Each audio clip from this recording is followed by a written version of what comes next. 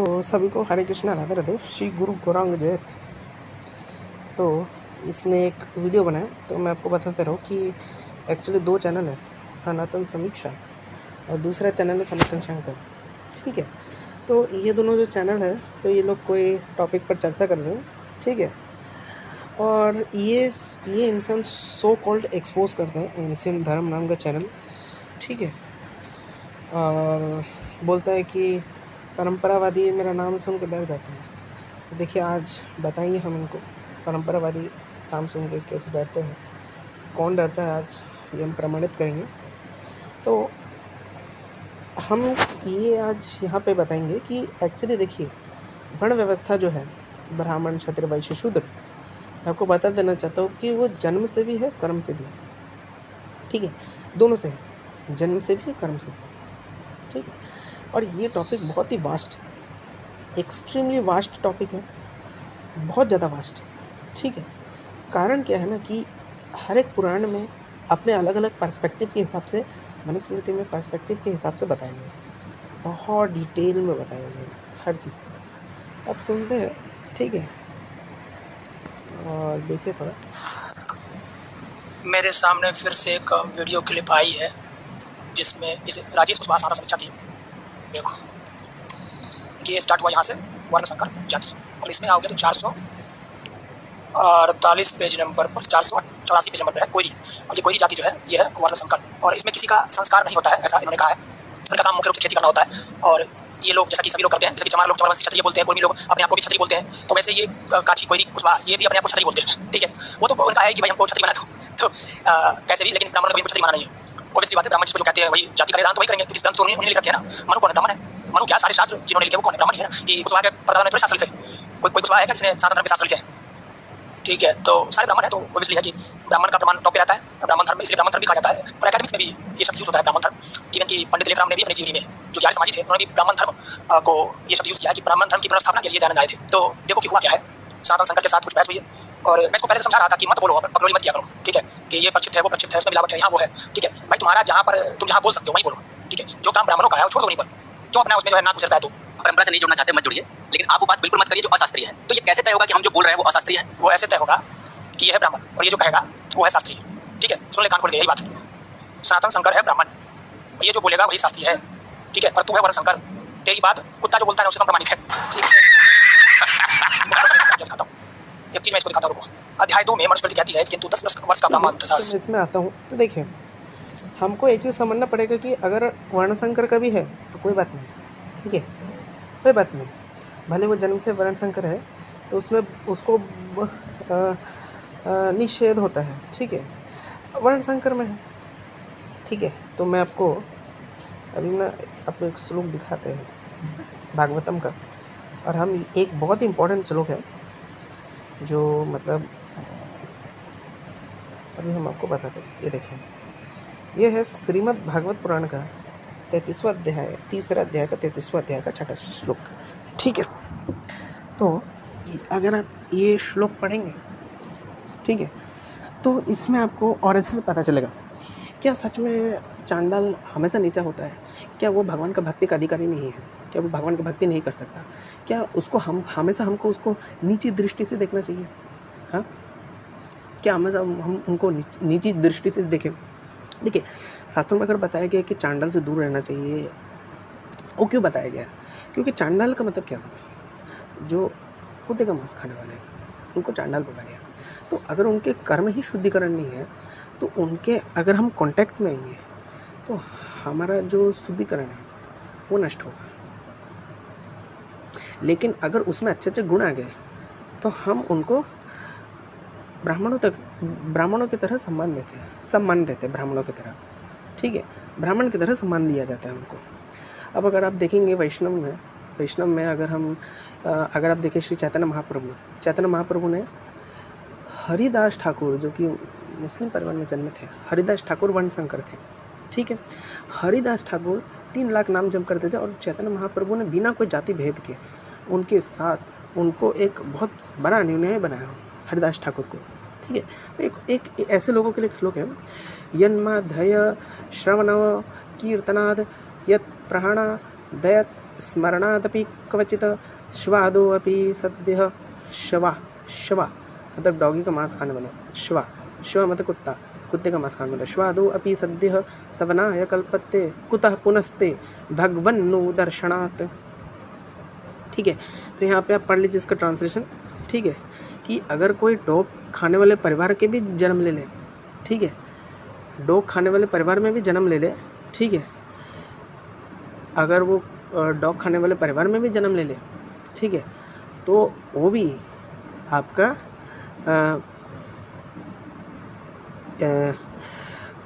आपका क्या बोलते हैं, यह पढ़ लीजिएगा। ठीक है, ये आप पढ़ लीजिएगा, ये आपको ट्रांसलेशन अंदर आप गीता प्रेस से भी देख लीजिएगा। और यहाँ पे अहो बत स्व चो अतो गरियान यज्ज जीवाग्रे वर्तते नाम तुभ्यम ते पुस्तपस्ते जुहुवु ससनुरायः ब्रह्मणु चूर्णाम गृह्णति ते। ठीक है, ये है। तो ये लोग यहाँ से ये प्रमाणित करना चाहते हैं कि ये ब्राह्मण धर्म है, हम इन सब चीज़ों को एक्सप्लेन नहीं कर सकते, हमारे नज़र में हम वर्णशंकर को हम नीच मानेंगे, लेकिन हम उनको सम्मान देते हैं। ठीक है, अगर आप गीता प्रेस का ये जो श्लोक देखना चाहते हैं वो देख सकते हैं, और मैंने आपको बता के भी रखा था श्रीमद् भागवत पुराण का। ठीक है, कि भगवान तो सबसे बोलते हैं समोहम सर्वभूतेषु नामदेव शस्त्र नापे। ठीक है, मैं भी टॉपिक से डाइवर्ट नहीं होऊंगा। ठीक है, और आप हो सके तो श्लोक देख लीजिएगा। ठीक है, और तो क्षमा कीजिएगा, ये वाला श्लोक देख लीजिए। ठीक है, या पढ़ सकते हैं कि भगवान आपके नामों का श्रवण या कीर्तन करने से तथा भूले भटके में कभी भी आपका वंदन या स्मरण करने से कुत्ते का मांस खाने वाला चांडाल भी सोमयाजी ब्राह्मण के समान पूजनीय हो सकता है। फिर आपका दर्शन करने से मनुष्य कृतकृत्य हो जाए, इसमें तो कहना ही क्या। और वो चांडाल भी इसी से श्रेष्ठ है कि उसके जीवा के अग्रभाग में भी आपका नाम विराजमान है। जो श्रेष्ठ पुरुष आपका नाम उच्चारण करते हैं, तब हवन, तीर्थ स्नान, सदाचार का पालन और वेदाध्ययन सब कुछ कर लिया, तो अब ब्राह्मणों की तरह सम्मान मिल रहा है। तब उसके कर्म में अगर वृद्धि हो तो ब्राह्मणों की तरह सम्मान मिल रहा है। ठीक है, लेकिन ये आपको ये सब लोग, ये नास्तिक लोग कभी आपको इस टाइप के वर्ड्स कभी नहीं बताते। ठीक है, क्योंकि वर्णाश्रम के बारे में तो कुछ जानते ही नहीं है। और अगर आप 7वां अध्याय का 7वां स्कंद का 9वां अध्याय का 10वां श्लोक देखिए, यहाँ पे भी यही चीज़ लिखा है कि मेरी समझने में इन 12 गुणों से युक्त ब्राह्मण भी यदि भगवान कमलनाथ के चरणों में विमुख हो तो उससे वह चांडाल श्रेष्ठ है, जिसने अपने मन, कर्म, वचन, धर्म, धन और चांडाल श्रेष्ठ है, जिसने अपने मन, वचन, कर्म, धन और प्राण भगवान के चरण में समर्पित करके रखे। क्योंकि वो चांडाल तो अपने कुल तक को पवित्र कर देता है, और बड़प्पन का अभिमान रखने वाला ब्राह्मण अपने आप को भी पवित्र नहीं कर सकता। तो देख लो। ठीक है, मैं ये नहीं बोल रहा कि ये कर्मना सिद्ध करता है वर्ण व्यवस्था, लेकिन जन्म भी है, कर्म भी है, तो उनको ब्राह्मणों की तरह सम्मान मिल रहा है। ये वर्ष कभी नहीं दिखाएंगे ये लोग आपको। ठीक है, और दूसरा ये एक आक्षेप लगा रहा था कि देखिए आप ही वो आक्षेप देखिए। ठीक है, और तू है वर्ण शंकर, तेरी बात कुत्ता जो बोलता है उससे कम प्रमाणित है। एक चीज मैं इसको दिखाता हूँ। अध्याय 2 में मनुस्मृति कहती है, किंतु 10 वर्ष का ब्राह्मण तथा 100 वर्ष का क्षत्रिय को पिता और पुत्र के रूप में समझना चाहिए, जबकि उन दोनों में ब्राह्मण ही पिता होता है। यानी 10 वर्ष का जो बच्चा ब्राह्मण है 100 वर्ष के क्षत्रिय का पिता होता है। तू तो क्षत्रिय भी नहीं है, क्षत्रिय 100 वर्ष का हो तब भी वह ब्राह्मण की बातों का, ब्राह्मण के कहे गए तर्कों का खंडन नहीं कर सकता। तू तो वैसे भी योग्यता नहीं रखता। ठीक है, तो शास्त्र कहते हैं, शास्त्र तुमको योग्य नहीं मानते। आप तय करेंगे कि हम जो बोल रहे हैं वो अशास्त्रीय है, यही तय करेगा।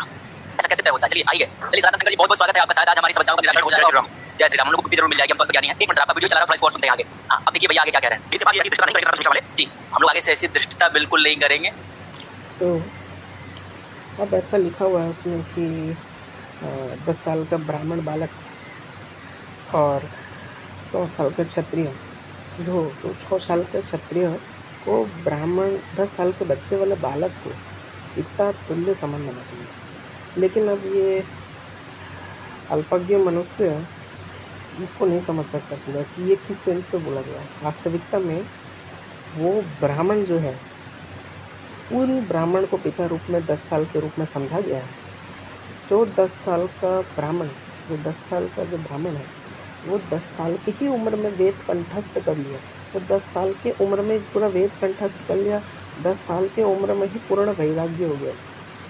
ऐसा से बहुत विलक्षण ब्राह्मणों के बारे में बताया जाता है, जैसे आदि शंकराचार्य जी हो गए, मध्वाचार्य जी हो गए, रामानुजाचार्य जी हो गए, बड़े बड़े संत महाप्रभु हो गए, चैतन्य महाप्रभु हो गए, बड़े बड़े संत जो 10 साल के अंदर अंदर पूरा कंठस्थ कर लिया।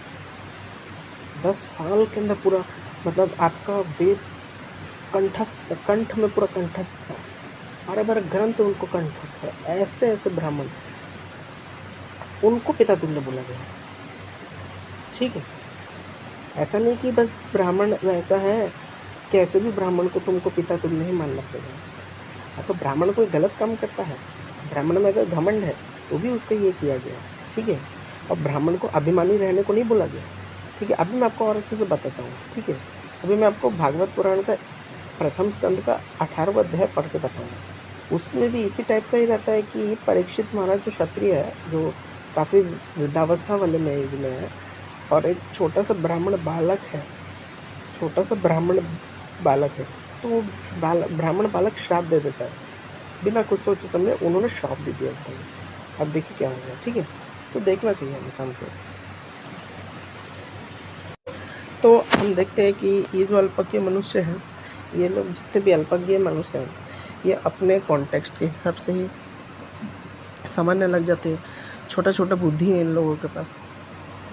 तो वो श्लोक इसलिए बोला गया कि अगर कोई ब्राह्मण 10 साल का उम्र में भी वेद कंठस्थ कर लिया है, जो कि काफ़ी बड़ी बात है। अभी मैं आपको बताऊंगा कि इसी भागवत पुराण में ब्राह्मणों को शिलोच्छन रह के जीवन बिताने का बोला गया है। कि अगर कोई कृषि है, अगर कोई कृषि जा रहा है, अगर वो कृषि से जो अन्न गिरता है ना ज़मीन में, वही अन्न को उबाल के खा लो। इतना कठोर नियम ब्राह्मणों को बोला गया है। ठीक है, तो इसलिए बोला गया। अभी मैं आपको और अच्छे से बताता हूँ, क्योंकि मैं अगर आपको ये शास्त्र, अब ये तो पूरा आपको खोल के बताएगा नहीं, मैं आपको बताता हूँ। देखिए ये क्या लिखा है, ये है महाभारत का अनुशासन पर्व का दान धर्म पर्व का अध्याय 37 का श्लोक संख्या 12 से 14। तो यहाँ पे क्या लिखा है कि जो ब्राह्मण अपने पांडित्य का अभिमान करके, देखिए ये है ब्राह्मणवादी ग्रंथ, ये है ब्राह्मणों का ग्रंथ। ब्राह्मणों ने अपने ही ग्रंथ में हमेशा तपस्या का मार्ग चुना, उन्होंने अपने ही ग्रंथ में विरक्ति का मार्ग चुना। उन्होंने शूद्र, वैश्य और क्षत्रियों को काफ़ी आसान किया। उन्होंने तो शूद्र के लिए कितना कुछ आसान कर दिया, कितना शूद्रों के लिए आसान कर दिया। उन्होंने अपने कोई तपस्या के तप के रूप में ही चुना। चाहे तो वो तप नहीं कर सकते थे, हमसे ही तप करवा लेते, वो चुपचाप बैठे रहते। नहीं, ब्राह्मण एज ए लीडर है, पोजीशन में भी काफ़ी ऊंचा है और लीडर है, बॉस नहीं है ब्राह्मण। आपको ये समझना पड़ेगा कि उन्होंने अपने ही ग्रंथ में अपना भी अपमान किया है, अपने आप को ही उन्होंने नीचा दिखाया। ठीक है, अपने आप को ही पतित दिखाने का कोशिश किया। उन्होंने अपने ग्रंथ में ही, ब्राह्मणवादी ग्रंथों में ही, ब्राह्मण ग्रंथों में ही ऐसे लिखा है। देखिए एक ब्राह्मण ने अपने ब्राह्मण ग्रंथों में क्या लिखा, जो ब्राह्मण अपने पांडित्य का अभिमान करके व्यर्थ के तर्क का आश्रय लेकर वेदों की निंदा करता है, आन विक्षिकी की निरर्थक तर्क विद्या में अनुराग रखता है, सत्पुरुषों की सभा में कोरी तर्क के पाती कहकर विजय पाता है, शास्त्रानुकूल युक्तियों को प्रतिपादन नहीं करता, साफ साफ बोल दिया, शास्त्रीय युक्तियों को प्रतिपादन नहीं करता, सत्पुरुषों की सभा में कोरी तर्क की बातें करता है, आन विक्षिकी की निरर्थक तर्क विद्या में अनुराग रखता है, वेदों की निंदा करता है। ठीक है, फिर आपका जोर जोर से हल्ला मचाता है और ब्राह्मणों के प्रति अतिवाद, अमर्यादित वचन का प्रयोग करता है, अच्छे अच्छे ब्राह्मणों के प्रति, जो सब पर संदेह करता है, कि सब पर संदेह करता है, ब्राह्मण क्षत्रिय वैश्य सब पर संदेह करता है, जो बालकों तथा मूर्खों का सा व्यवहार करता है और कटु वचन बोलता है। कटु वचन बोलता है, सबसे इम्पोर्टेंट है, कटु वचन बोलता है, उसको भी कटु वचन बोलने से मना किया। तात ऐसे मनुष्य अस्पृश्य समझना चाहिए, विद्वान पुरुषों ने ऐसे पुरुषों को कुत्ता माना। अब बताइए यहाँ पे एक ब्राह्मणवादी ग्रंथ में ब्राह्मण को बोला जा रहा है कि अगर वो इस कर्तव्यों से विमुख हो जाए तो उनको कुत्ता समझना चाहिए। आप समझिए कि कुत्ता समझना चाहिए, ये कितना बड़ा अपमान किया, ये कितना बड़ा चीज़ लिख दिया यहाँ पे। हाँ, ये कितना बड़ा चीज़ यहाँ पे लिखा हुआ है। इतना तो अपमान शूद्र का भी नहीं मिलेगा आपको कभी भी। ये शूद्र अगर ये हो जाए तो उसके लिए तो भले सजा बताया गया है, लेकिन ऐसा कभी नहीं लिखा गया है। ये देखिए आप, उन्होंने अपने ही ग्रंथ में ये सब लिखा हुआ है। कि अगर ब्राह्मण भी अगर कटुवचन करेगा नहीं, अपने पांडित्य का अभिमान करके व्यर्थ तर्क का आश्रय लेकर वेदों की निंदा करता है, वो कुत्ता का समान समझना चाहिए, अस्पृश्य समझना चाहिए। डायरेक्ट मतलब डायरेक्ट उसको वर्णशंकर मतलब डायरेक्ट उसको इतना नीचा समझा गया, कुत्ता की तरह ट्रीट, ऐसे इतना बड़ा है। ब्राह्मण अपने ही ग्रंथ में लिखते हैं कि एक ब्राह्मण को अपने को अधम से भी अधम समझना चाहिए, उसको कभी भी पांडित्य का अभिमान नहीं करना चाहिए। जितना वो अधम से अधम समझेगा उतना अच्छा है। सोचिए, उन्होंने खुद तपस्या का मार्ग चुना, उन्होंने खुद कठिनाई का मार्ग चुन के शूद्रों का जीवन आसान किया। आप देखेंगे अगर शास्त्र में शूद्रों का कर्तव्य कुछ भी नहीं है, बहुत कम है। उनको पुराण पढ़ना है, इतिहास पढ़ना है, बस। चाहे तो वेद का अर्थ पढ़ सकते हैं, वैदिक मंत्र का अनुष्ठान नहीं है उसके लिए, वैदिक मंत्र से द्विज पढ़ सकते हैं। और शास्त्र में अगर ऐसे बताया जाता है ना कि अभी मैं आपको और बताता हूँ, जैसे ये भी एक श्लोक है महाभारत का अनुशासन पर्व का दान धर्म पर्व का अध्याय 47। देखिए, अथ चेत अन्न अथा पुर्यादेदि कामादि युधिष्ठिर यथा ब्राह्मण चांडाला पूर्व दृष्टस्तैव सह। युधिष्ठिर यदि ब्राह्मण काम के वशीभूत होकर शास्त्र पद्धति के विपरीत बर्ताव करता है, वो ब्राह्मण चांडाल समझा जाता है, जैसे पहले ही कहा गया, साफ साफ लिख दिया। ये ब्राह्मणवादी ग्रंथ है, ये ब्राह्मणों का ग्रंथ है, ठीक है। इन्हीं ब्राह्मणवादी ग्रंथों में ब्राह्मण ने ऐसा लिख दिया। अभी रुकिए, अभी और बताते। ये देखिए, स्कंद पुराण में कौमालिक का खंड अध्याय 41 पढ़िए, या पूरा पढ़ सकते। यहाँ पे एक इम्पॉर्टेंट चीज़ लिखा है कि क्षत्रिय वैश्य स्त्री शूद्रों को पीटना, ठीक है, ये ब्राह्मणों को ही बोला है, ये पढ़ सकते हैं, ठीक है। ये नरक जाते हैं ऐसे लोग, ठीक है। उत्पातक लघु पाप है। और यहाँ पे ये पद्म पुराण भूमिखंड का है 2.67। तो यहाँ पे वही लिखा गया जो अपने ये ऐसे है, ऐसा क्षत्रिय वैश्य स्त्री या शूद्र की हत्या करना ऐसा है, तो ये हो गया, मतलब ये पाप है बहुत बड़ा, ये भी पढ़ सकते हैं। और फिर आप अगर महाभारत का ही ये पर्व पढ़ेंगे, ठीक है, अनुशासन पर्व जो बताया जा रहा था कि हाँ,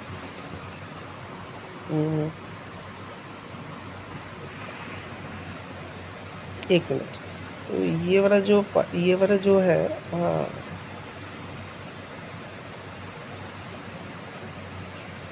एक मिनट,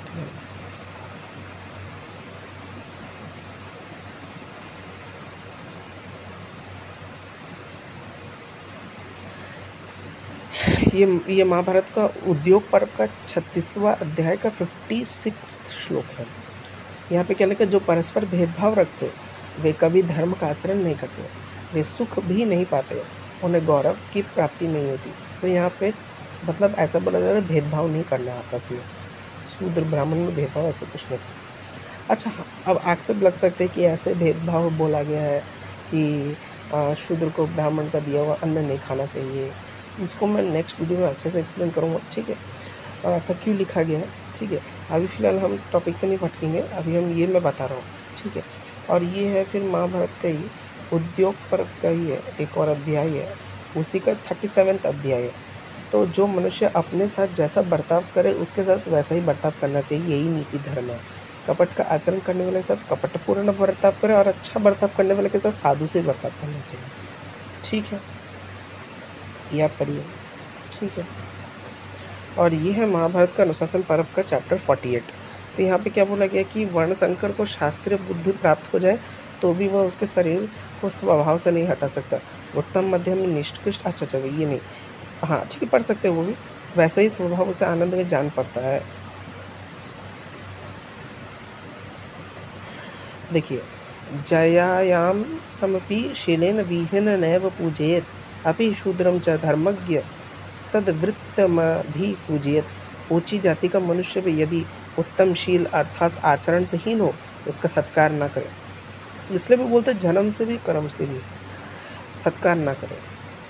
ऐसा नहीं है कि वर्ण परिवर्तन हो जाएगा, लेकिन हाँ उसका सम्मान होगा ही नहीं, भले कितना ऊंची जाति का, क्योंकि रामचरितमानस में भी लिखा है, जाति पाति कुल धर्म बरे, धन बल परिजन गुण चितरे, भगत हीन नर सो हो कैसा, बिनु जल बारे तो देखो जैसे।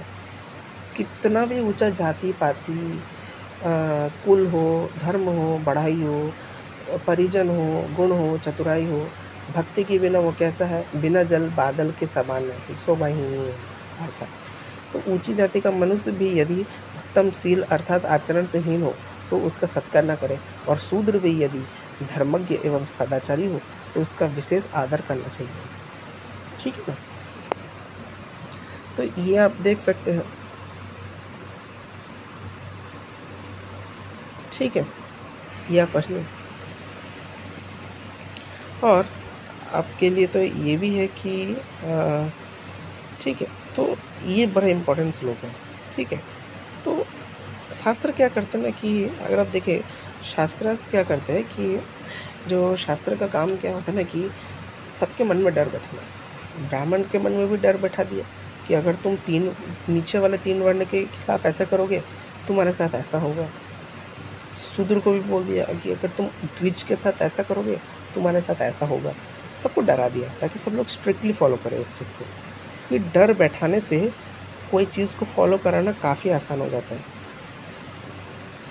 अभी जैसे ये बोल रहा था ब्राह्मण पिता है, ये है वो है, इस चीज़ का रोना रो रहा था मनुस्मृति का श्लोक देकर। ठीक है,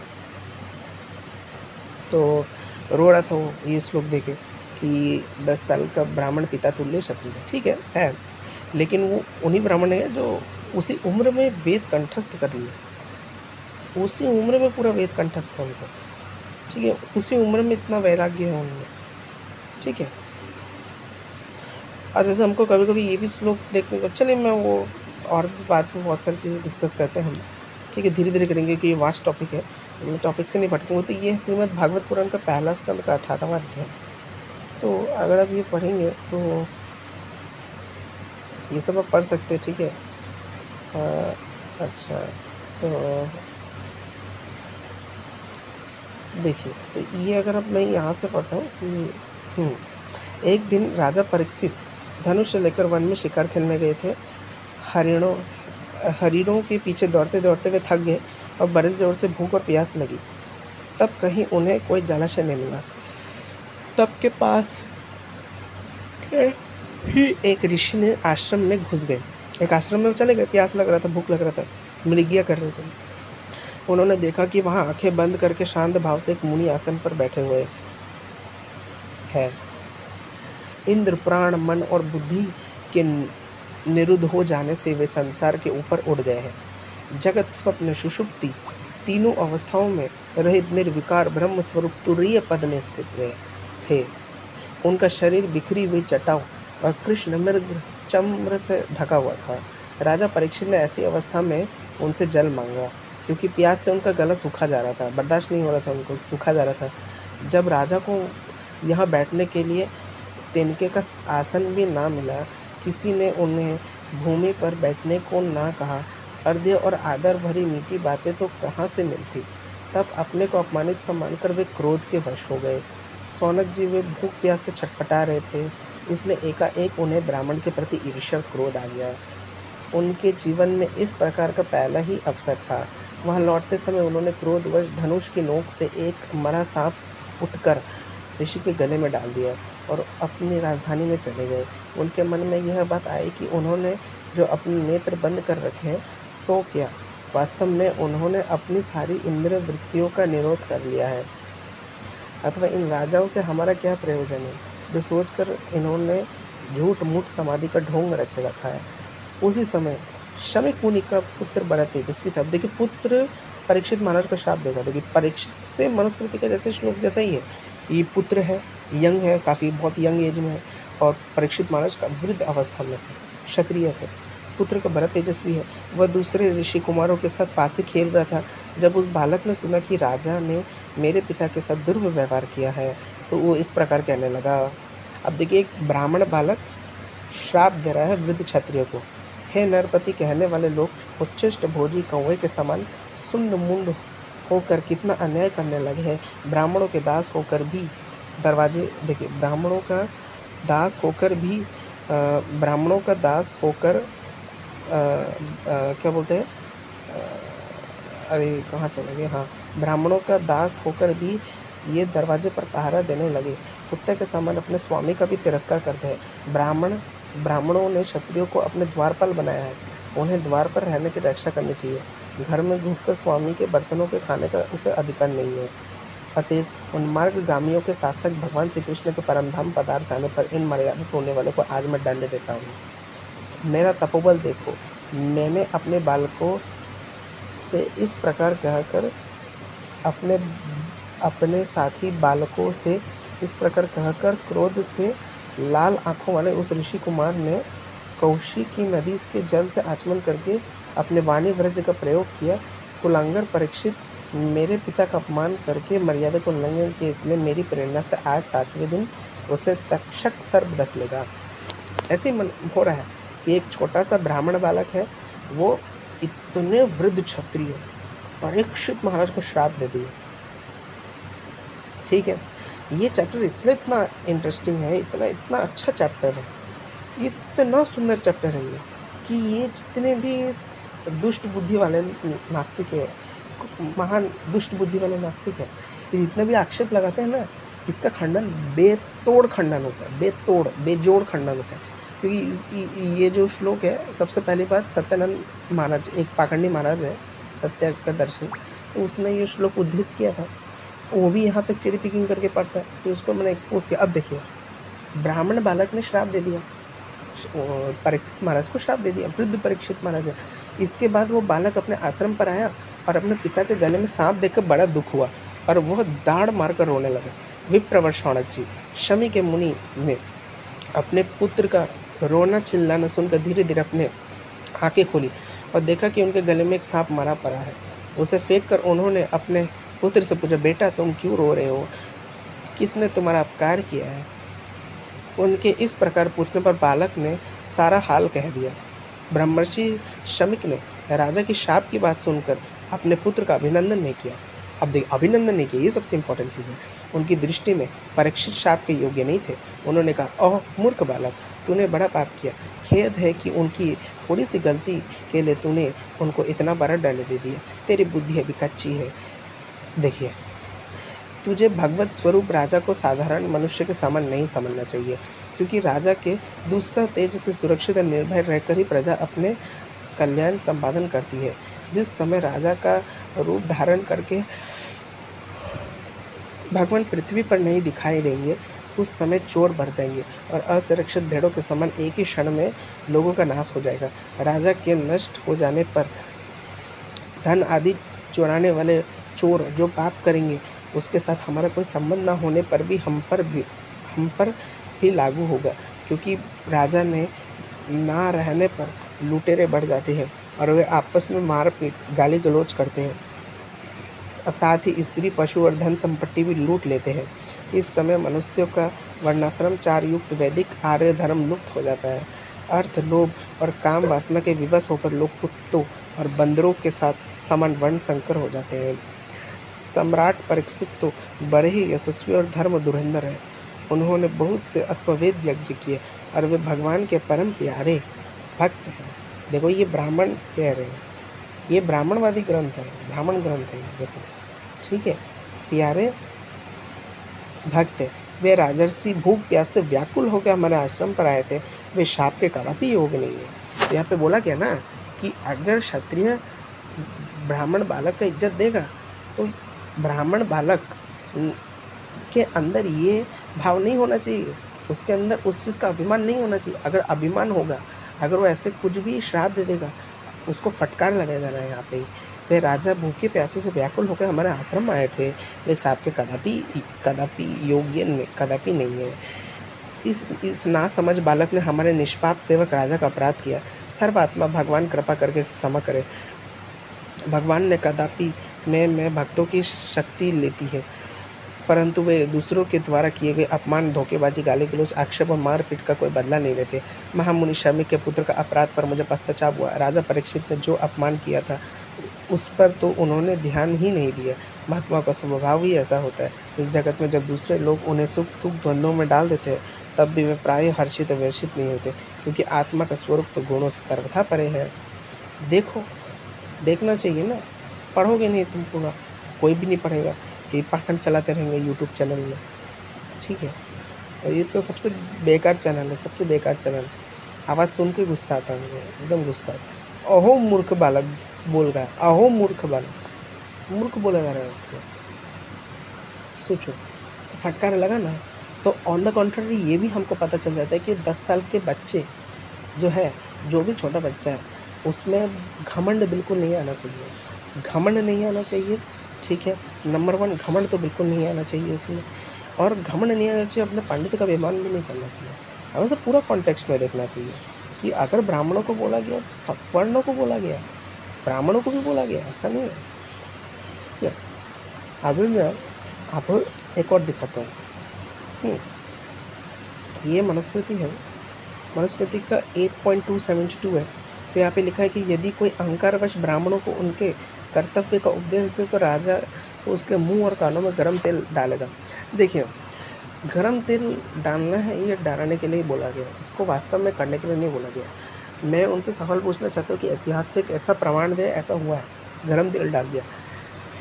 कोई भी एक संप्रदाय बताइए, कोई भी एक संप्रदाय बताइए जिन्होंने ऐसा किया है शूद्रों के साथ। ये मात्र डराने के लिए बोला गया। मैंने बोला ना कि इंसान के अंदर आप किसी चीज़ का डर बैठा देंगे ना, वो उस चीज़ को बहुत करेगा ही नहीं। बचपन में किसी छोटे बच्चे को डर बैठा देंगे ना, तो बस वो हरकत करेगा ही नहीं जीवन भर।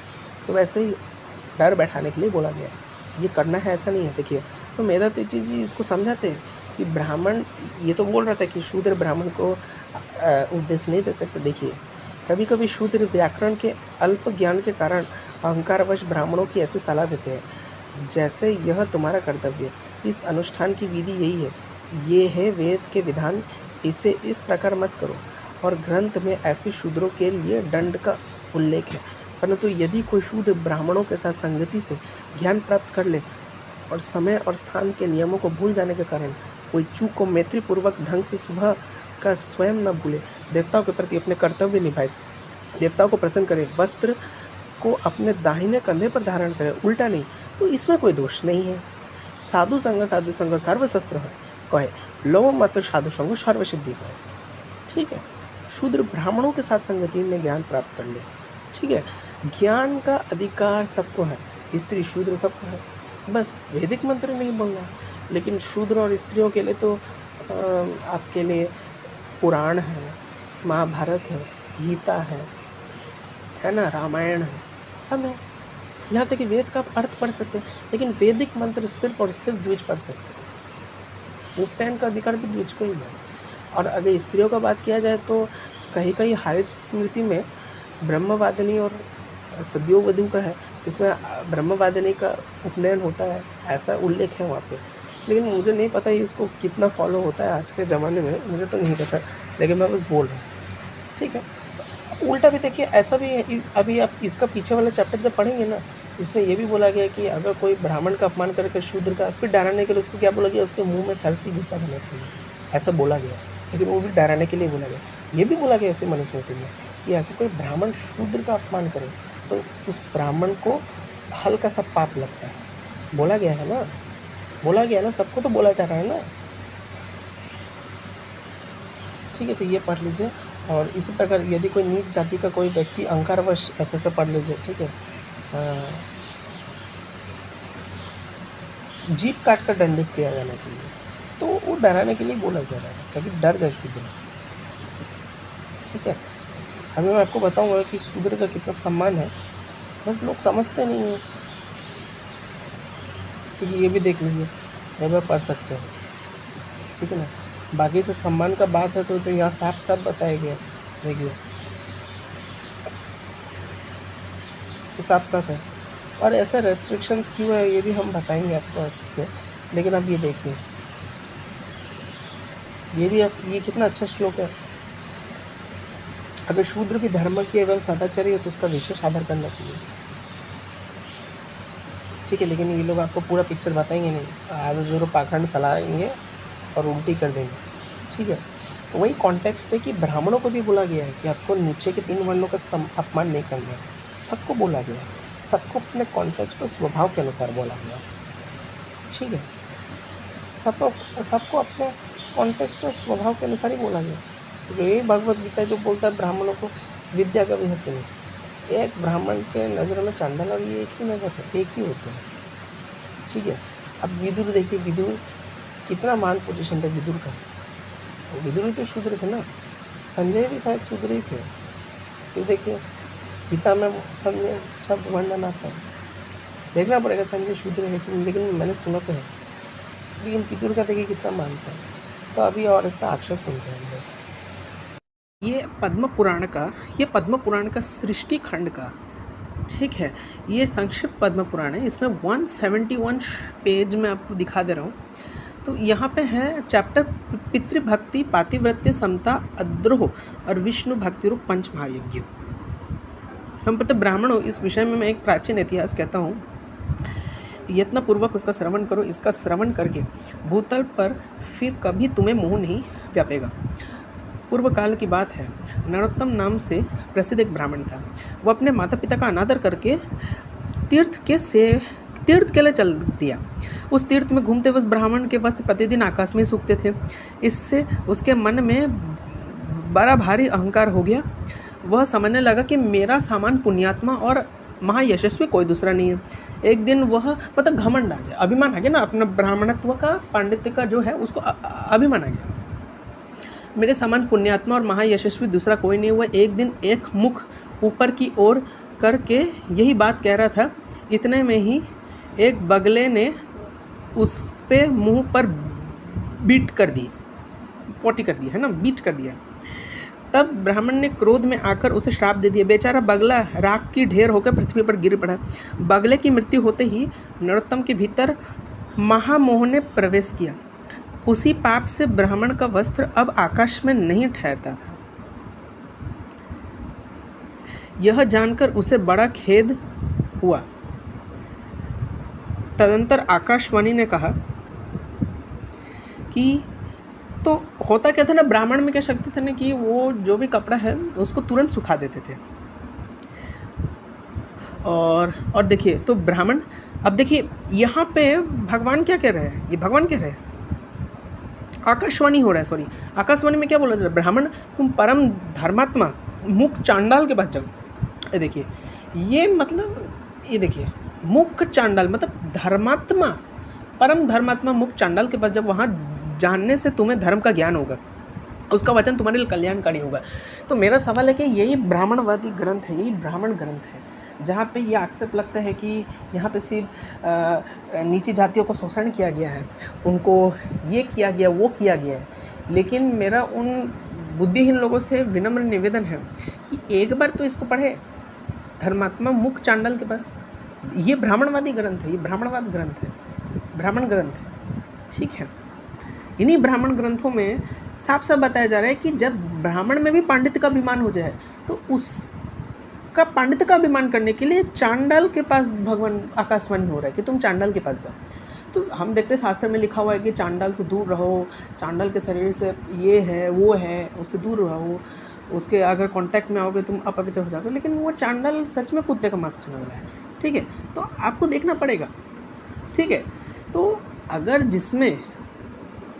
अगर कोई पतित से भी पतित इंसान है, अगर वो भक्ति कर रहा है, उसको ब्राह्मण जितना सम्मान दिया जाएगा, ब्राह्मण से भी ऊपर सम्मान दिया जाएगा अगर वो ब्राह्मण गलत काम में संलग्न हो गया। लेकिन धीरे धीरे क्या हुआ ना कि ये जो कास्टिज्म है ये एक ही वर्ण में ही चला गया, एक ही वर्ण तक ही सीमित रह गया, शूद्र वर्ण में ही सीमित रह गया। मैं तो पहले मैं आपको प्रमाण देके बता रहा हूँ ना शास्त्रों से कि अगर ब्राह्मण भी पांडित्य का अभिमान करेगा तो निश्चित रूप से उसको भी ये मिलेगा,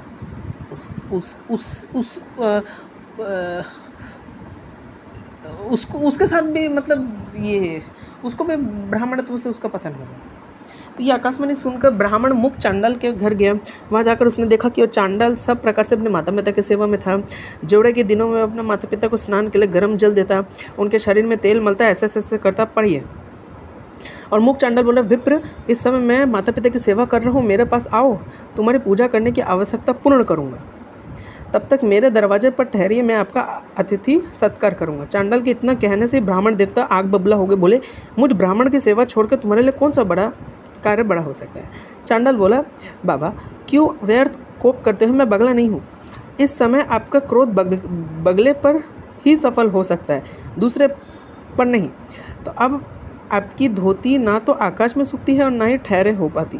अतः आकाशवाणी सुनकर आप मेरे घर पर आइए, थोड़ी देर ठहरे तो मैं आपके प्रश्न का उत्तर दूंगा, अन्यथा पतिव्रता स्त्री के पास जाइए। द्विश्रेष्ठ पतिव्रता स्त्री का दर्शन करने से आपका अभीष्ट सिद्ध होगा। देखिए, ठीक है, तो अब ये पढ़िए, ये भी आप पढ़िए पूरा, ठीक है। पतिव्रता का क्या लक्षण है, तो अब फिर कोई बोलेगा कि अरे बाप रे, ये फिर पति का गुलाम ऐसे बन जाओ। लेकिन जो मेरा ये वीडियो पहली बार देख रहा है उससे निवेदन है कि आप मेरा पूरा प्लेलिस्ट देखिए। मैं आपको लास्ट वीडियो में आपको प्लेलिस्ट बताया भी है, लास्ट वीडियो में वो पूरा प्लेलिस्ट देखिए। एलिना अली एक्सपोस्ट करके प्लेलिस्ट देखिए आप, उसमें हमने बहुत डिटेल में सब एक्सप्लेन किया है, ठीक है। जो मैं यहाँ पे अभी जाऊँगा नहीं। फिर व्यास जी बोले ये पढ़ सकते हैं, क्योंकि बहुत लंबा टाइम चला जाएगा, तब पढ़ सकते हैं ये, ठीक है। फिर आप जब ये पढ़ेंगे तो श्री भगवान बोले महात्मा पुरुष अत्यंत पुण्य और सदाचार के बल पर है, ये सब आप जान सकते हैं। फिर जब आप ये सब पढ़ेंगे ना तो श्री भगवान विप्रवर पूर्व काल की बात है, ये ऐसा था, ये भी आप पढ़ सकते हैं, ठीक है। इस संसार में आपके समान धर्मज्ञ और जितेंद्रिय पुरुष दूसरा कोई नहीं है, ये सब आप पढ़ सकते हैं, ठीक है।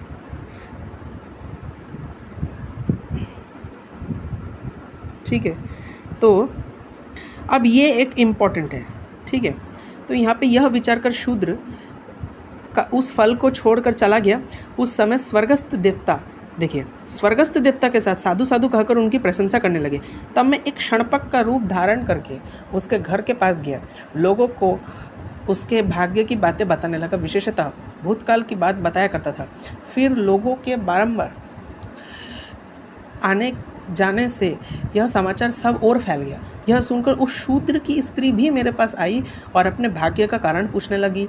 तब मैंने तुरंत ही मन की बात बता दी और एकांत में स्थित होकर माँ भाग्य विधाता ने आज तेरे लिए बहुत धन दिया है, किंतु मेरे पति ने मूर्ख की भांति उनका परित्याग कर दिया, क्योंकि उनको पता था कि वो जो शूद्र है वो बुद्धिमानी कर रहा है, क्योंकि उनको पता था धन लेके अल्टीमेटली तो धन को कलेक्ट करके क्या ही करेगा। इंसान का अल्टीमेट गोल है कि आत्म साक्षात्कार, है ना, अथा तो ब्रह्म जिज्ञासा, यही है अल्टीमेट, ये साक्षात्कार है। कृष्ण भक्ति करो, शिव जी की भक्ति करो, मतलब निष्काम होकर भक्ति करो, निष्काम भक्ति करो, है ना। भगवत गीता पढ़ेंगे तो समझ आएगा। या पढ़ सकते पूरा।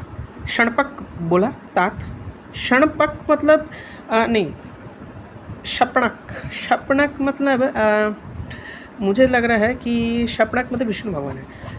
तात, तुम्हें प्रत्यक्ष धन प्राप्त हुआ है, फिर भी ये सब अपर शूद्र ने कहा शनपक, मुझे धन की इच्छा नहीं है, धन संसार बदल डालने का एक जाल। देखिए, उसे फंसा हुआ मनुष्य फिर उद्धार कैसे होगा।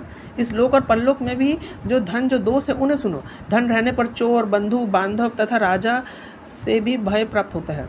सब मनुष्य उन धनों को हड़प लेने के लिए धनी व्यक्ति को मार डालने की अभिलाषा रखते हैं। फिर धन कैसे सुखद हो सकता है। धन प्राणों का घातक और पाप का साधक है।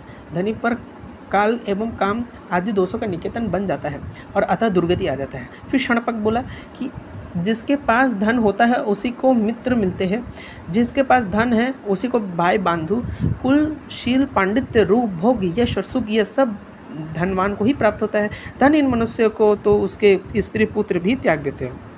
फिर उसे मित्रों की प्राप्ति कैसे हो सकती है। जो जन्म से दरिद्र है वे धर्म का अनुष्ठान कैसे कर सकता है। स्वर्ग प्राप्ति में उपकारक जो सात्विक यज्ञ कार्य तथा पोखरे सुदवाना आदि कर्म है वे भी धन के अभाव में नहीं हो सकते। दान संसार के लिए स्वर्ग की सीढ़ी है, किंतु निर्धन व्यक्ति के द्वारा उसकी सिद्धि होनी असंभव है। व्रत आदि का पालन, धर्मोपदेश आदि का श्रवण, पितृयज्ञ आदि का अनुष्ठान तथा तीर्थ सेवन ये शुभ कर्म धनहीन पुरुष के लिए नहीं हो सकते। ये सब पढ़िए। फिर शूद्र ने कहा, कामनाओं का त्याग करने से समस्त व्रतों का पालन होता है। क्रोध छोड़ देने से तीर्थों का सेवन हो जाता है। दया ही जप के समान है। संतोष ही शुद्ध धन है। अहिंसा ही सबसे बड़ी सिद्धि है। शिलोच्छन वृत्ति ही उत्तम जीविका है। ये ब्राह्मणों को बोला जाता है शिलोच्छन वृत्ति। भागवत पुराण के 7वां स्कंद का 11वां अध्याय में बताया गया शिलोच्छन वृत्ति कि अगर कोई कृषि जाता है ना अन्न, तो जो दाना गिरता है ना उसको उबाल के खाओ। ये ब्राह्मण का जो बोला गया शिलोच्छन वृत्ति, उसी उत्तम जीविका है। ये क्षत्रिय और ब्राह्मण को बोला जाता है, वैश्य शूद्र को उतना नहीं बोला जाता। शाक का भोजन ही अमृत के समान है, उपवास ही उत्तम तपस्या है, संतोष ही मेरे लिए बहुत बड़ा भोग है, कौड़ी का दान ही मुझ जैसे व्यक्ति के लिए महादान है। पराई स्त्री माता और पराई धन मिट्टी के ढेले के समान है, पर स्त्री सुपर्णी के समान भयंकर है। मतलब सच में सबको नहीं बोला जाए, विरक्ति आ जाए, वैराग्य आ जाए। यही सब मेरा यज्ञ है, गुण निधे। इसी कारण मैं उस धन को नहीं ग्रहण करता। यह मैं सच सच बता रहा हूँ। कीचड़ लगाकर धोने की अपेक्षा दूर से उसका स्पर्श ना करना ही अच्छा है ना। नरश्रेष्ठ, उस शूद्र के इतना कहने, संपूर्ण देवता, देखिए संपूर्ण देवता, ये देखिए ब्राह्मण ग्रंथ में लिखा हुआ है, संपूर्ण देवता उसके शरीर और मस्तक पर फूलों की वर्षा करने लगे। मतलब देखिए ये वो ब्राह्मण ग्रंथ है जिसमें ये आक्षेप लगता है कि शूद्र का शोषण किया गया, लेकिन यहाँ देखिए लोग पाखंड के क्यों फैलाते हैं। भले शास्त्रों में लिखा कि अगर शूद्र वेद का मुंह से उच्चारण कर ले तो खोला हुआ शीशा डाल दो, लेकिन वो क्यों बोला गया? आपको पता होगा कि जो शूद्र है बाय डिफ़ॉल्ट, जब परमेश्वर ने जब सृष्टि की रचना की थी तो धीरे धीरे क्या होने लगा कि शूद्रों में भी बाय नेचुरल क्वालिटीज़ ऐसे होते थे, जेनेटिकली उनके जेनेटिक्स में भी वही क्वालिटी होता था। तो ऐसा अगर क्वालिटी है जिसके वजह से वो वेद का श्रवण अच्छे से नहीं कर पाएंगे, वो वेद का गलत अर्थ निकाल सकते हैं, है ना। जैसे आप किसी को भगवान का जो दिव्य रासलीला है, अगर आप किसी नॉर्मल आज सो कॉल्ड ब्राह्मण को भी दे दें, जो ऐसे ही बस बैठा हुआ है, मांस मछली भी खा रहा है, उसको भी दे दे तो वो भी काबिल नहीं है, उसको वो ब्राह्मण भी एलिजिबल नहीं है उस समय। उसको पहले शुद्धिकरण होगा तो ही वो एलिजिबल होगा। लेकिन शूद्र में ऐसी क्वालिटीज़ थी जिसके कारण उसको वेद मंत्र नहीं बोलने दिया जाता था, लेकिन वेद का अर्थ का सबका अधिकार है। आपको ये चीज़ समझना पड़ेगा। अगर वो शूद्र है, और शूद्र को तो आप देखिए कि शूद्र स्त्री जो भी है, स्त्री शूद्र, उनको तो आपको क्या बोलते हैं कि उनको पुराण, महाभारत, रामायण सब पढ़ने का अधिकार है। ज्ञान से किसी को वंचित नहीं रखा गया, किसी शूद्र को ज्ञान से नहीं वंचित रखा गया। जो ब्राह्मण मांस मछली भी खाएगा, अपना वेदों का ही निंदा करेगा, तो वो ब्राह्मण ही अस्पृश्य है। जो शूद्र पतित होगा वो शूद्र अस्पृश्य है। लेकिन जो शूद्र बहुत ब्राह्मण के जैसा गुण होगा, उसको ब्राह्मण की तरह आदर सत्कार किया जाएगा। ये नियम है। वैदिक मंत्र में द्विज का अधिकार है, लेकिन स्त्री शूद्रों के लिए दया है, द्वेष नहीं है। इवन अगर आप देखे बिना कि क्या बोलते हैं कि अभी भी इसमें ये भी है कि श्रीपद मध्वाचार्य जी वर्ण व्यवस्था को सिर्फ जन्म से ही नहीं, कर्म से भी सपोर्ट करते थे। वर्ण व्यवस्था, अगर आप उनका गीता तात्पर्य देखें, ठीक है, मैंने आपको एक लिंक भी भेजा था पोस्ट में, तो जो शूद्र है उसको ब्राह्मण की तरह पूरा सम्मान मिलेगा। और आप देखिए आज वैष्णव संप्रदाय में आप देखिए कि एक शूद्र वो पूरा मतलब तन मन होकर बड़ा भक्ति कर सकता है।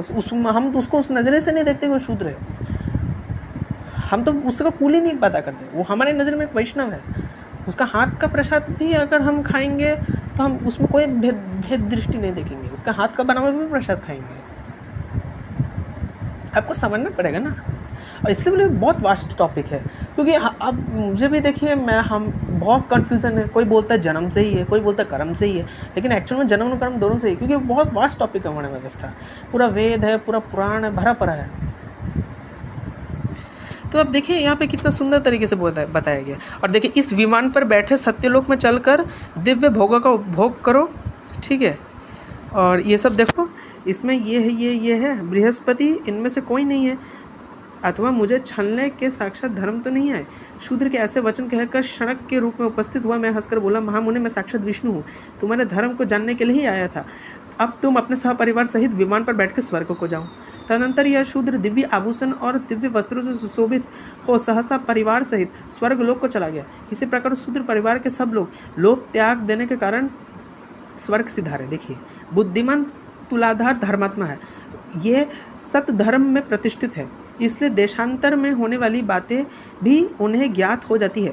तुलाधार के समान प्रतिष्ठित व्यक्ति देवलोक में भी नहीं है। जो मनुष्य सब धर्मों में प्रतिष्ठित होकर इस पवित्र उपाख्यान का श्रवण करता है, उसे जन्म जन्म के पाप तत्काल नष्ट हो जाते हैं। एक बार के पाठन से यह सब यज्ञों का एक मिनट तो ये सब यज्ञों का ठीक है, हाँ, यज्ञों का फल मिल जाता है। वह लोक में श्रेष्ठ देवताओं का भी पूज्य होते। देखिए व्यास जी कहते तदंतर मुख चांडाल आदि सभी धर्मात्मा परम धाम जाने की इच्छा से भगवान के पास आए। उनके साथ उनकी स्त्रियां तथा अन्य आए परिकार भी थे। इतना ही नहीं, उनके घर के आसपास जो छिपकलियां तथा नाना प्रकार के कीड़े मकोड़े आदि थे, वे देव स्वरूप होकर उनके पास उनके पीछे पीछे जाने को उपस्थित थे। उस समय देवता सिद्ध और महर्षिगण धन्य धन्य के नारे लगाते हुए फूलों की वर्षा करने लगे। विमानों और वनों में देवताओं के नगारे बजने लगे। वे सब महात्मा अपने अपने विमान पर आरूढ़ हो गए, विष्णुधाम को पधारे। ब्राह्मण नरोत्तम ने यह अद्भुत दृश्य देखकर जनार्दन से कहा, हे देवेश मधुसूदन, मुझे कोई उपदेश दीजिए। भगवान बोले, तुम्हारे माता पिता का चित्त शोक से व्याकुल हो रहा था, उनके पास जाओ, उनकी बलपूर्वक आराधना करके तुम शीघ्र ही मेरे धाम जाओगे। माता पिता के समान देवता देवलोक में भी नहीं है। उन्होंने शैशव काल में तुम्हारे घिनौने शरीर का सदा पालन किया है। मतलब शैशव काल मतलब आप देखते हो ना कि छोटा बच्चा है तो उसका पीछे साफ करना हाथ से, सोचिए करते हैं ना छोटे बच्चे का, मतलब हाथ से पॉटी साफ करना, मतलब ऐसे कर देता है। टॉयलेट साफ करना हाथ से करते हैं। पालन किया, उसका पोषण करके बढ़ाया है। तुम अज्ञान दोष से युक्त थे, माता पिता ने तुम्हें सज्ञान बनाया है। चराचर प्राणियों सहित समस्त त्रिलोकी में भी उनके समान कोई पूज्य नहीं है। व्यास जी का तदंतर देवगण, मुख चांडल, पतिव्रता सुभा, तुलाध्यार वैश्य, सज्जना द्रोह और वैष्णव संत, इन पांचों महात्माओं को साथ ले।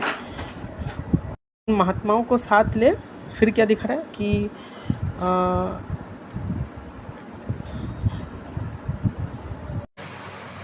तो यहाँ पे है कि महात्माओं को साथ ले प्रसन्नतापूर्वक भगवान की स्तुति करते हुए वैकुंठ लोक पधारे। वे सभी अच्युत स्वरूप होकर संपूर्ण लोकों के ऊपर स्थित हुए।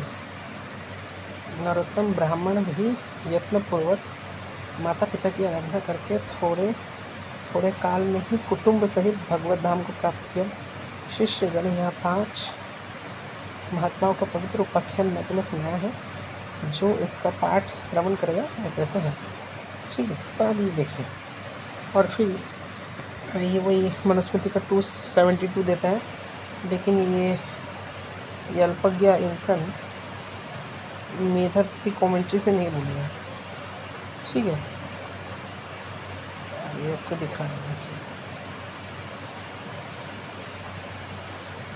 क्योंकि कल ऐसे लोगों को भरोसा नहीं है, ठीक है। कल को ये पढ़ लीजिए, मैंने दिखाया था आपको, ठीक है। परंतु यदि कोई शूद्र ब्राह्मणों के साथ संगति से ज्ञान प्राप्त कर ले और समय और साथ में नियमों को भूल जाए, तो चूक और मैत्रीपूर्ण ढंग से सुबह का समय ना भूले ऐसे से, तो इसमें कोई दोष नहीं है, ठीक है। मेधातिथि है, मेधातिथि का अगर आप ये देखेंगे, उनका भाष्य 10th सेंचुरी के आसपास है, 9 से 10, पता नहीं, मैंने विकिपीडिया में सर्च किया, मुझे नहीं पता मैं कितना सही हूँ, लेकिन इतना तो है अप्रॉक्सीमेटली, ठीक है। और जो कमेंट्री है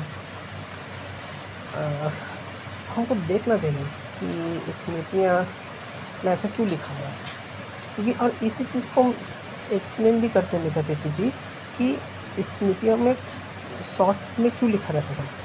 क्योंकि अगर स्मृतियों में हर चीज़ को एक्सप्लेन करने लग जाए, हर चीज़ को अगर लॉन्ग में एलाबरेट करने लग जाए, ठीक है, शॉर्ट में नहीं लिखेंगे, कॉन्साइज में नहीं लिखेंगे, तो क्या होगा कि ग्रंथ बहुत बड़ा हो जाएगा, तो जिससे कारण कंठस्थ करने में दिक्कत हो सकता है, क्योंकि फिर ग्रंथ अननेसेसरी काफ़ी स्ट्रेच बड़ा हो जाएगा। ये जो मनुस्मृति इतना सब था वो इतना हो जाएगा, मोटा हो जाएगा काफ़ी, इसलिए फिर बाद में आचार्य कॉमेंट्री भी देते हैं, ठीक है। और ये नियम मात्र डराने के लिए ही था,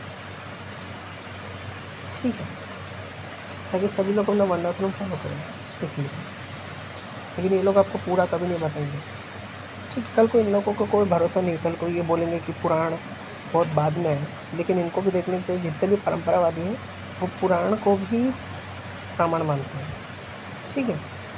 क्योंकि पुराण क्या है, जो भी वेद स्मृतियाँ हैं उसका और एलाबोरेट एक्सटेंशन है, ठीक है। वर्ण व्यवस्था में और भी जितने भी आक्षेप लगते हैं कि शूद्र का दिया हुआ खाना नहीं खाना चाहिए, चांडाल का दिया हुआ खाना नहीं खाना चाहिए, द्विज को जो द्विज अगर किसी पतित को छू लेगा, उसको स्नान करना चाहिए, तो उसको मैं और अच्छे से एक्सप्लेन करूँगा ऐसा क्यों लिखा हुआ है। ठीक है, ठीक है, उसको मैं और अच्छे से और एक्सप्लेन करूँगा। ठीक है, तब तक आप मेरा और इस देखते ही क्या क्या बोलते हैं। चिप नहीं है, मैं उस तो और अभी ये इंसान फिर एक वीडियो अभी क्या किस टॉपिक में बना रहा है, फिर मनुस्मृति में संस्कृत का मंत्र ऐसा ऐसा है, ठीक है, कि उसने फिर ये वाला मंत्र इन्होंने उद्धृत किया, दिखा रहे हैं। हाँ, यदि शूद्र अपने ज्ञान विज्ञान के अंधकार में ब्राह्मणों को उपदेश देने हैं। अच्छा, ये तो मैंने आपको समझा दिया था, है ना। ये और थोड़ा आगे बढ़ते हैं, क्या क्या है। अरे गधे, तो जब सारे आचार्य मानते ही है उसको, तो उसके खिलाफ बोलेगा तो उसका काउंटर हो ही नहीं गया। अब कल को ये भी बात बोल सकता है कि पुराण बहुत बाद में लिखे गए, क्योंकि रोना ये लोग रो सकते हैं। पहली बात, पुराण जो है, जो भी वेद का मतलब है पुराण में दे दिया गया। और ये जितने भी परंपरावादी हैं जिनका तुम पक्ष लेते हो, हालांकि तुम पक्ष नहीं लेते, तुम दिखाते हो बस, तो वो लोग भी पुराण को ही मानते हैं, वो भी पुराण को भी मानते हैं, है ना। आर्य समाज पुराण को नहीं मानता, ठीक है, जितने भी है। इतना कॉमन सेंस नहीं तेरे अंदर। हमने उसके प्रक्षिप्त होने के विषय पर जो हमारे पास सवाल थे, जो तर्क थे, उसको केंद्र में रख के हमने बात। तर्क से प्रक्षिप्त होता है। कोई किताब किसी ने लिख दी और बाद में तू तर्क लगा कर प्रक्षिप्त तक नहीं लिया मैंने उसमें, लेकिन फिर भी आप जो है जबरदस्ती उसको जोड़ रहे हैं। आप बताइए, क्या आप उत्तरकांड को प्रक्षिप्त मानते हैं? मानते हैं, बिल्कुल। क्यों मानते हैं, किस आधार पर मानते हैं, ये बताइए। बता रहा हूँ, आपने जो तर्क दिए, जो कन्हैया तू जो है उसको चैलेंज कर, मूर्ख। आचार्य वीडियो लेकर पहले मेरे प्रश्न का जवाब दीजिए। अब आप बताइए कि सनातन समीक्षा जी तो है, ठीक है, वो तो लड़ रहे हैं ये उत्तरकांड प्रक्षिप्त। देखिए, हम तो उत्तरकांड को प्रक्षिप्त नहीं मानते, बिल्कुल नहीं मानते। उत्तरकांड प्रामाणिक पाठ है। अब ये उछल क्यों रहा है, सवाल ये उत्पन्न होता है कि ये इतना उछल क्यों रहा है, ये चैनल इतना उछल क्यों रहा है। आपने कभी सोचा ये क्यों उछल रहा है? ये तो नास्तिक है, ये क्यों बीच में उछल रहा है? क्योंकि उसी उत्तरकांड में एक्चुअली ये पार्ट बताया गया है कि शंभु को मार दिया गया और सीता का त्याग कर दिया, सीता का अग्नि परीक्षा हुआ। तो ये सोचता है कि इस बात को कोई डिफेंड नहीं कर सकता, है ना। इसलिए लोग क्या है ना कि बिना कुछ समझे सोचे समझे प्रक्षिप्त कर देते हैं इसको। हाँ, ये प्रक्षिप्त है, ऐसे लिखा है, नहीं ये गलत ही लिखा है, प्रक्षिप्त ऐसे मिलावट है। लेकिन हम उसका अच्छे से एक एक्सप्लेनेशन, रेफुटल्स दे सकते हैं। और मैं अपने आने वाले वीडियो में ये इसका एक डिटेल में एक रेफुटल बनाऊंगा, सीता परित्याग। हालांकि मैं आपको एक चैनल बता रहा हूँ जो काफ़ी अच्छे चैनल है, तो उन्होंने भी बहुत मतलब काफ़ी अच्छे से एक वीडियो बनाया, अच्युत भक्ति डीड्स करके, ठीक है, अच्युत भक्ति डीड्स। वो भी मध्वाचार्य संप्रदाय से है, ही नहीं, तो वो बहुत अच्छा वीडियो बनाते हैं। तो उन्होंने काफ़ी अच्छे से एक्सप्लेन किया और मैंने उनका वीडियो यहाँ पे दिखाया है, तो मैं आपको यहाँ बता देना चाहता हूँ। जैसे जहाँ मैंने एक्सप्लेन किया था कि गीता में स्त्री पापियों नहीं है, तो ऐसे मैं इसमें एक्सप्लेनेशन करते समय, ये देखिए इनका वीडियो, ये वाला वीडियो। तो उन चैनल कैसे हो गया, स्वभाव उसका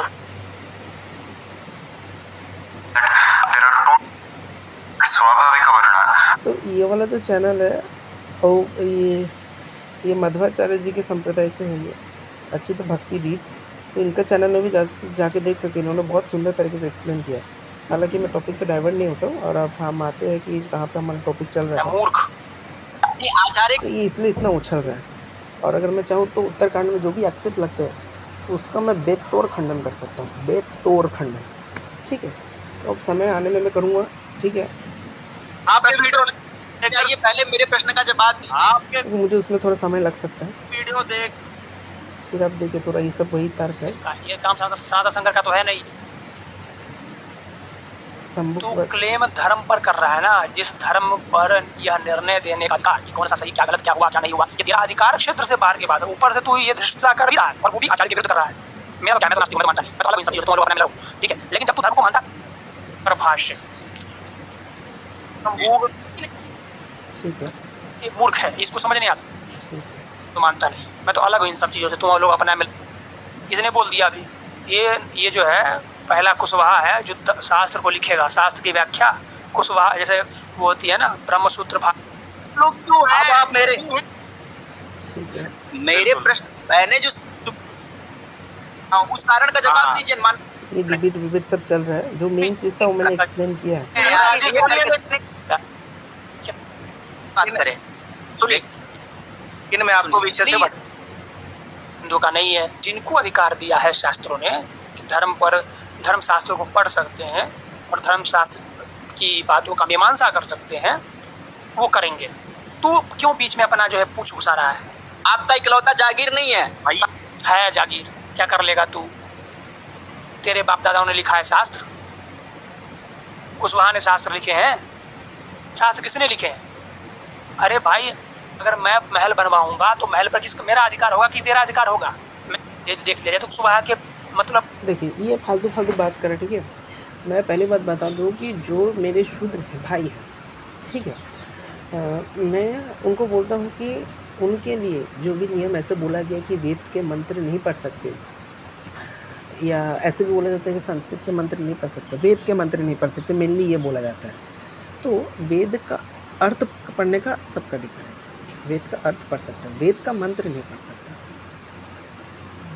वैसा क्यों नियम है, इसके पीछे काफ़ी डिटेल में एक्सप्लेनेशन भी दिया जा सकता है कि अगर आप 100 साल पहले देखेंगे तो अगर माता पिता शूद्र हैं, उनके कर्म भी शूद्र आचरण वाले ही होते हैं, ठीक है।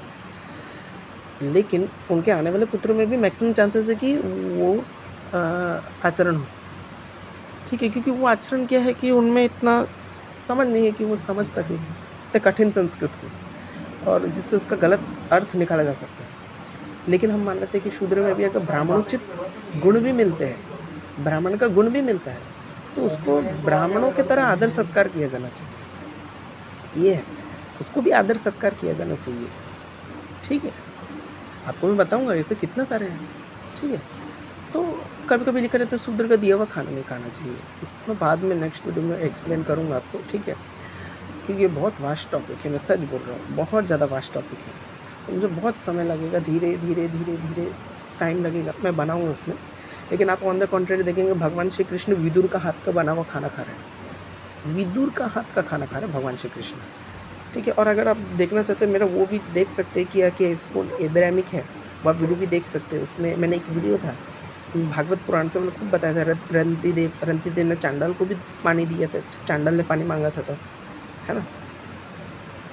तो अगर आप देखें तो शास्त्र में मैं आपको बता देना चाहता हूँ कि शूद्र गीता पढ़ सकता है, रामायण पढ़ सकता है, इतिहास पढ़ सकता है, अर्थ पढ़ सकता है, सबका पुराण 18 पुराण पढ़ सकता है।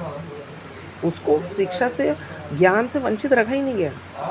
सिर्फ वेद मंत्र पढ़ने का मतलब नहीं है कि वो ज्ञान से वंचित हो गया। वेद का अर्थ भी पढ़ सकता है, वेद का अर्थ भी पढ़ सकता है, उपनिषद का अर्थ भाष्य भी पढ़ सकता है, मंत्र नहीं पढ़ सकता, भाष्य पढ़ सकता है, पुराण पढ़ सकता है, पुराण का अर्थ पढ़ लेगा, महाभारत का अर्थ पढ़ लेगा, रामायण का अर्थ पढ़ सकता है। पढ़ने का पूरा अधिकार है, किसने बोला उसको वंचित रखने का अधिकार है? बस वेद मंत्र नहीं पढ़ सकता, लेकिन उसको जितना भी उसका अर्थ है वो पढ़ने का पूरा अधिकार है, पूरा भक्ति कर सकता है वो। जात पाति कुल धर्म बरे, धन बल परिजन गुण चतुराई, भगत हिंद हर सौ हो कैसा बिनु जल भारत देखो हो जैसा। जाति पाति कुल धर्म परिजन बुद्धि कितना भी ऊंचा हो, लेकिन भक्ति के बिना वो बिना जल के बादल के समान ही है, ये बोला गया है। समय होगा तो मैं इसमें भी बहुत डिटेल वीडियो बनाऊंगा, रामचरितमानस में भी। भगवान तो साफ साफ बोलते हैं कि समहम सर्वभूतेषु नामे दिवसे अस्ति ना प्रिय, मैं ना किसी का प्रिय हूँ ना मैं किसी से द्वेष करता हूँ। भगवान तो साफ साफ कह रहे हैं। भगवान राम भी बोलते हैं कि मैं समदर्शी हूँ, मैं समदर्शी हूँ। भगवान राम तो साफ साफ कह रहे हैं, ठीक है। तो स्त्री शूद्र किसी को ज्ञान से वंचित नहीं रखा गया। और ये दया द्वेष से उनको मंत्र पढ़ने का ऐसा अनाधिकार जो है, मंत्र पढ़ने का जो अनाधिकार है, तो वो द्वेष से नहीं है, वो दया से। वो गीता, वो सोचे गीता पढ़ सकता है, इतना बड़ा महाभारत पढ़ सकता है, इतना बड़ा रामायण पढ़ सकता है, 18 पुराण पढ़ सकता है, क्या ये कम है? उपनिषद का भाष्य पढ़ सकता है, आचार्य होता है, शंकर भाष्य पढ़ लिया या आपका मध्वाचार्य जी का भाष्य पढ़ लिया, ठीक है। वेद का भाष्य पढ़ सकता है, मंत्र नहीं पढ़ सकेंगे। उसके द्वेष, और अगर वो सुधरे इतना भी, अगर छोटा सा भी करेगा ना, तो भी उसको उतना फल मिलेगा जितना ब्राह्मण को उतना करना पड़ेगा। मतलब एक शूद्र को प्यारा से छोटा मामास बॉय की तरह रखा गया, उसके लिए इतना सुविधा है। जितना द्विज के बोला जाता है, जितना ब्राह्मण को बोला गया, ब्राह्मण को तो सिलुच्छन वृत्ति बोला गया है, सिलुच्छन वृत्ति। इतना कठिन जीवन उनको जीना पड़ता है। ब्राह्मण को तो अपने को अधम से भी अधम मानना है। कहीं कहीं लिखा रहता है कि सापत तापत, है ना, फटकारता व डांटता हुए भी ब्राह्मण सामान्य है। ये इसलिए लिखा जाता है कि ब्राह्मण में अगर इतना गुण भी है तो भी उसको तुरंत निंदा नहीं करना चाहिए। आपके पिताजी आपको कोई चीज़ के लिए डांट रहे तो ऐसा नहीं पिताजी को चिल्लाओ, नहीं ना, पिताजी का भी सम्मान करना, वैसे उसका उस पक्ष का भी सम्मान करना। ब्राह्मण को भी बोला कि 3 वर्णों का अपमान बिल्कुल नहीं करना है।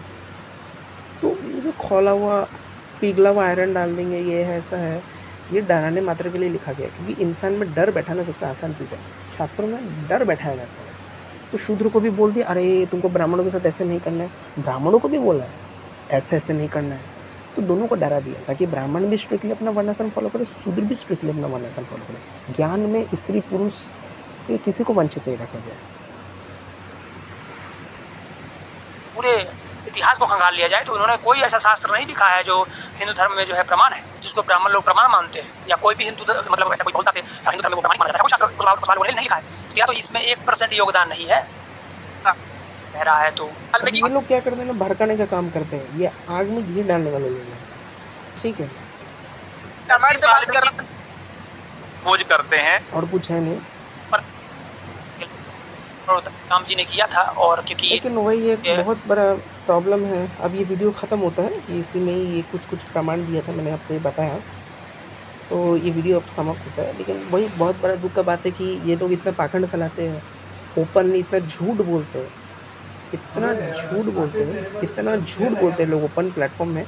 और हमारे जितने भी हिंदू लोग हैं वो शैव शिव बड़े हैं न विष्णु बड़े हैं, इसी में ही लड़ मिट के मर जाएंगे कि अद्वैत सत्य है या अद्वैत सत्य है, न कृष्ण बड़े हैं, न राम बड़े हैं, न शिव बड़े हैं, न ये हमारा सिद्धांत सही है, न अद्वैत सही है, न चिंता भेदाभेद सही है, न क्या सही है, न वहाँ क्या सही है, ये सही है वो सही है। यही करते रह जाएंगे, हम आपस में ही लड़ते रह जाएंगे, हम आपस में अपने सिद्धांतों में लड़के मिट के मर जाएंगे। लास्ट में यही होगा हमारे साथ, है। कोई बोल रहा है कि ब्रह्म सबसे ऊंचा है, कोई बोल रहा है कृष्ण सबसे बड़ा है, कोई बोल रहा है शिव सबसे बड़ा है। एक जुट के एटलीस्ट अपना पार्ट तो एक्सप्लेन करो कि तुम्हारे पीठ पीछे कितना ये हो रहा है। ठीक है, तुम अपना मानो, हम मना नहीं करते, लेकिन ऐसे तो करिए। मैं भी पहले ऐसे ही था, ये हम देखते हैं ये लोग कितना पीठ पीछे कर रहे हैं, लेकिन आज भी हिंदू लड़ते रहते हैं। शिव बड़ा है ना कृष्ण बड़ा है, इसी में ही अपना जीवन बिता देंगे। लेकिन ये नहीं सोचते कि क्या हम अपने एक यूट्यूब चैनल बना है, शिव बड़ा, विष्णु सुप्रीमेसी, सैफ सुप्रीमेसी, क्या करूँगा मैं ये सब कर करके? हाँ, क्या मैंने कहा क्या इससे अच्छा कैसे यूट्यूब चैनल बनाऊँ जो इन सब ढोंगी पाखंडी नास्तिक लोगों को एक्सपोज करे? ये कोई नहीं सोचता, सब आपस में लड़ते रहेंगे।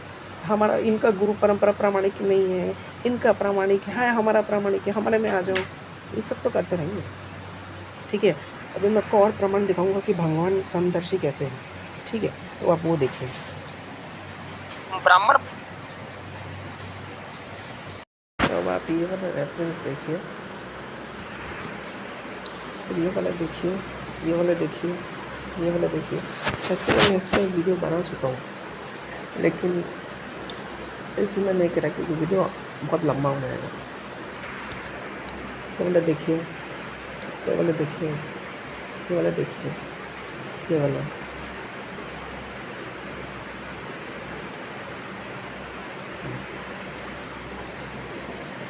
तो श्रीमद् भागवत पुराण से मैंने रेफरेंस दिया। और इसके बाद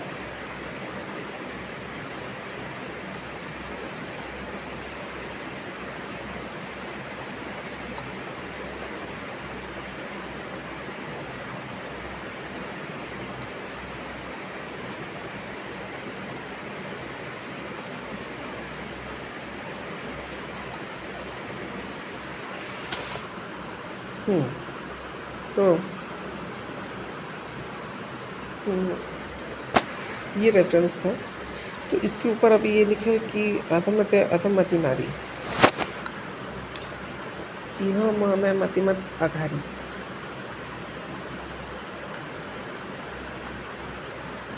तो अभी कोई बोल सकता है ऐसे क्यों लिखा है, तो मैं इसको नेक्स्ट वीडियो में, अगले वीडियो में एक्सप्लेन करूँगा, ठीक है। ये वीडियो बहुत लंबा हो जाएगा। अभी जो मेरे मेन फोकस है मैं उसमें आपको बता रहा हूँ। जाति पाति कुल धर्म भरे धन परिजन गुण चितर भागत हीन नर सौ कैसे तो मुझे भारत देखो जैसा। जाति पाति कुल धर्म बढ़ाई, धन बल कुटुंब गुण और चतुरता, इन सब होने पर भी भक्ति से रहित मनुष्य कैसा लगता है, जैसे जलहीन बादल शोभहीन दिखाई देता है। ये इम्पोर्टेंट चीज़ है कि अल्टीमेट भगवान बोल रहे हैं। और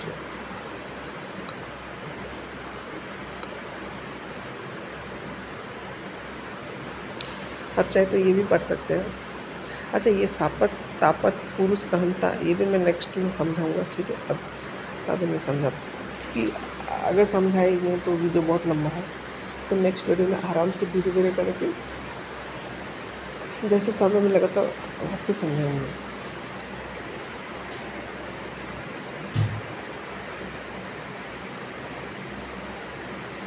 और फिर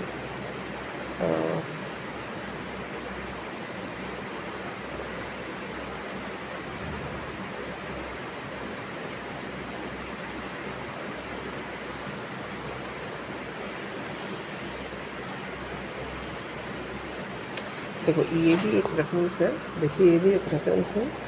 तो यहाँ पे है कि सुनो कपि जिया मनसी जन ऊना, मैं सब प्रिय लखी मन ते दूना। समदर्शी मोही कह सबको, सेवक प्रिय अन्य गति सो। हे कपि सुनो, मन में ग्लानि मत मानना, मन छोटा ना करना। तुम मुझे लक्ष्मण से भी दुगने प्रिय हो। सब कोई मुझे समदर्शी कहते हैं। मेरे लिए ना कोई प्रिय है ना कोई अप्रिय, पर मुझको सेवक प्रिय है क्योंकि वो अनन्य गति होता है। मुझे छोड़कर उसको कोई दूसरा सहायता नहीं है।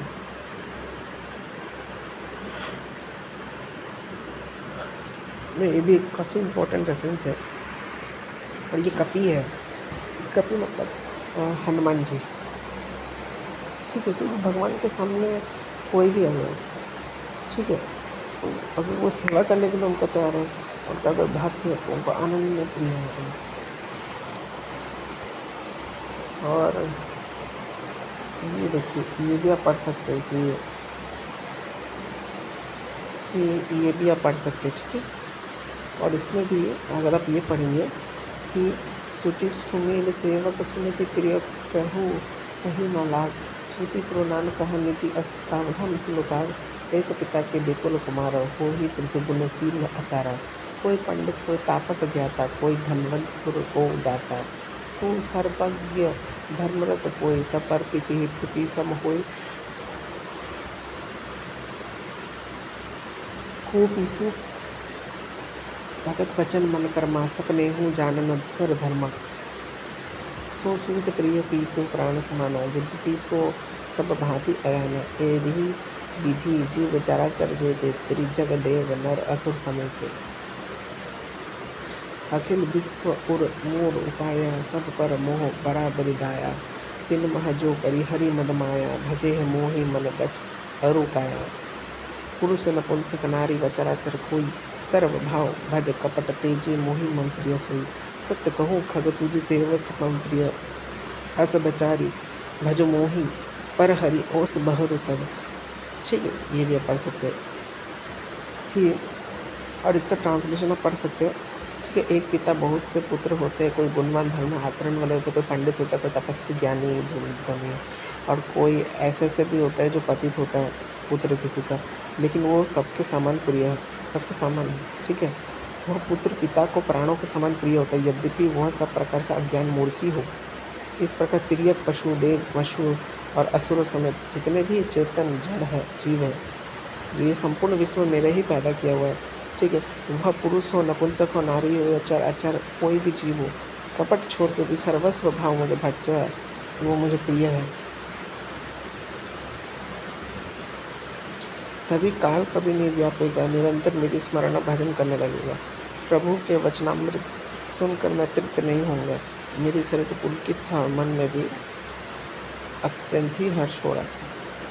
तो ठीक है, भक्तिहीन ब्रह्म ही क्यों न हो, वह मुझे जीवों के समान प्रिय है, परंतु भक्तिमान अत्यंत भी प्राणी मुझे प्राणों के समान प्रिय है, ये मेरी घोषणा है।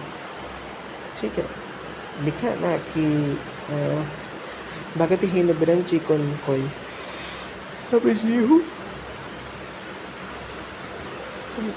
समग्र सब जीव सम प्रिय मम सोई, भगतिवंत अचो नीचो प्राणी, मोहि प्राण प्रिय असीमम बानी।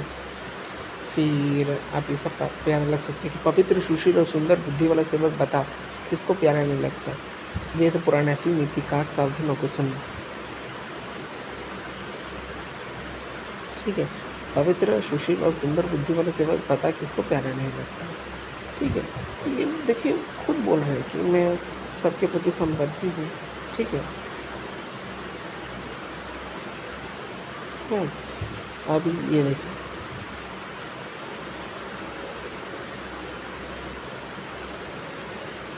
देखिए, फिर यह पढ़ सकते हैं। अच्छा, और भी ऐसे ऐसे है कि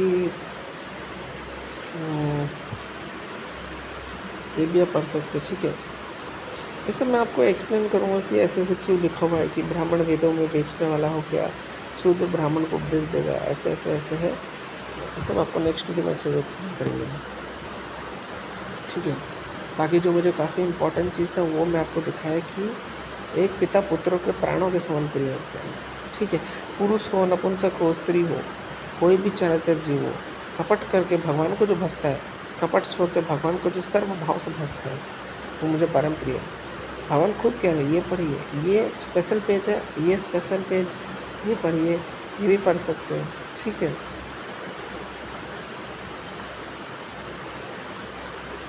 और देखिए ये तो सबसे इम्पोर्टेंट है, जाति पाति कुल धर्म बरे, धन बल परिजन गुण चतुर, भगतहीन नर सो हो। कैसे बने दिन बात पे देखो, जैसे जाति पाति कुल धर्म बढ़ाए, धन बल कुटुंब गुण और चतुरता होकर सुन और मन में धारण कर। पहली भक्ति है संतों का सत्संग, दूसरी भक्ति है प्रसंग में प्रेम। ठीक है, भगवान अल्टीमेटली बोले मैं सभी के प्रति संभाव हूँ। ठीक है, क्योंकि उनको शूद्र और चांडाल भी अगर भगवान का भक्ति करेगा, ठीक है, अगर कोई शूद्र और चांडाल भी भगवान का भक्ति करेगा ना, तो वो भी ब्राह्मण के तरह सम्मान्य है।